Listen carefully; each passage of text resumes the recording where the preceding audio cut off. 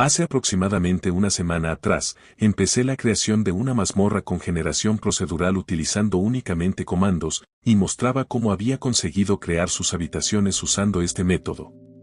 Desde entonces seguí intentando con el próximo paso que era crear los pasillos para la mazmorra, el cual, aunque fue más complicado que lo anterior, pude crear un sistema que sin ser del todo perfecto por el momento, funcionase, teniendo así finalmente la estructura inicial de la mazmorra con generación procedural.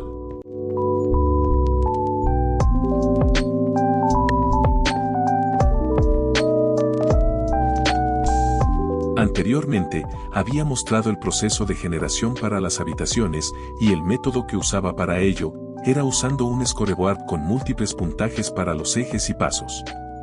Método que tuve que cambiar ya que al utilizar únicamente un solo scoreboard, no iba a poder llevar a cabo varias funciones diferentes a la vez. En su lugar hice que en vez de tener un solo scoreboard para varios puntajes, hice que hubiera varios scoreboard para un solo tipo de puntaje, permitiéndome así por ejemplo generar varias habitaciones simultáneamente. Al hacer esto, como seguía necesitando consultar en todo momento las puntuaciones, decidí usar un action bar para ver la información que se está usando para la mazmorra. Luego de hacer estos cambios en los bloques de comandos necesarios, empecé con las funciones para los pasillos.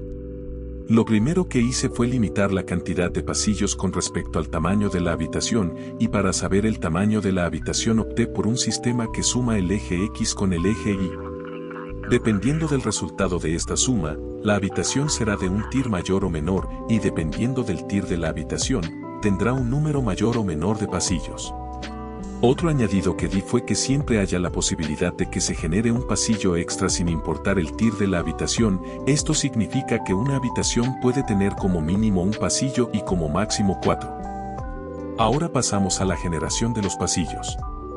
Utilizando el generador de muros, se irán creando otros generadores que serán para los diferentes pasillos mientras este generador se esté moviendo. Y solo dejará de crear más de estos cuando ya haya creado los pasillos necesarios para la habitación. Tuve que añadirle algunos parámetros nuevos al generador de muros para que sepa cuándo, dónde y cómo crear este nuevo tipo de generadores. Estos nuevos parámetros son: primero, crea un generador si no hay otro generador a menos de 3 bloques. Segundo, crea un generador si no hay un bloque de aire a menos de 4 bloques. Tercero, crea un generador si han pasado de 1 a 3 segundos de la creación del anterior generador. Este último parámetro permite que haya cierta aleatoriedad a la hora de crear los pasillos. Cuando estas condiciones se cumplen se crea un generador, y una vez creado, este obtiene dos valores que dictan su longitud, que representa su tamaño, y su orden, que representa el momento que generará otra habitación. Este último valor depende de la cantidad de pasillos que se hayan generado por el momento. Y siempre que un generador de muros termine su función, se resta 1 a todos los generadores que ya se hayan generado. Cuando uno de estos generadores tenga su puntaje de orden en 0, será el momento donde empezará a construir una nueva habitación. Otra función que tuve que añadir, y que fue la más difícil de ajustar, es una que me permite detectar hacia qué dirección están mirando los generadores de las habitaciones. Esto para que las habitaciones no se sobrepongan entre sí, y también para saber en qué dirección crear el próximo generador.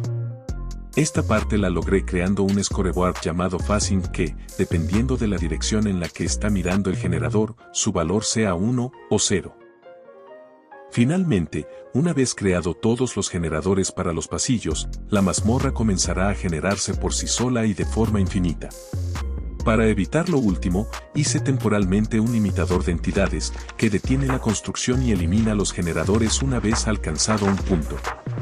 Hasta ahora, este es todo el progreso que he hecho, y aunque hayan algunas cosas que deberé de mejorar, por el momento me motiva tener ya la estructura principal para la mazmorra que personalmente siento que fue la parte más complicada de hacer. En los próximos vídeos trabajaré en la generación de enemigos y loots. Muchas gracias por ver.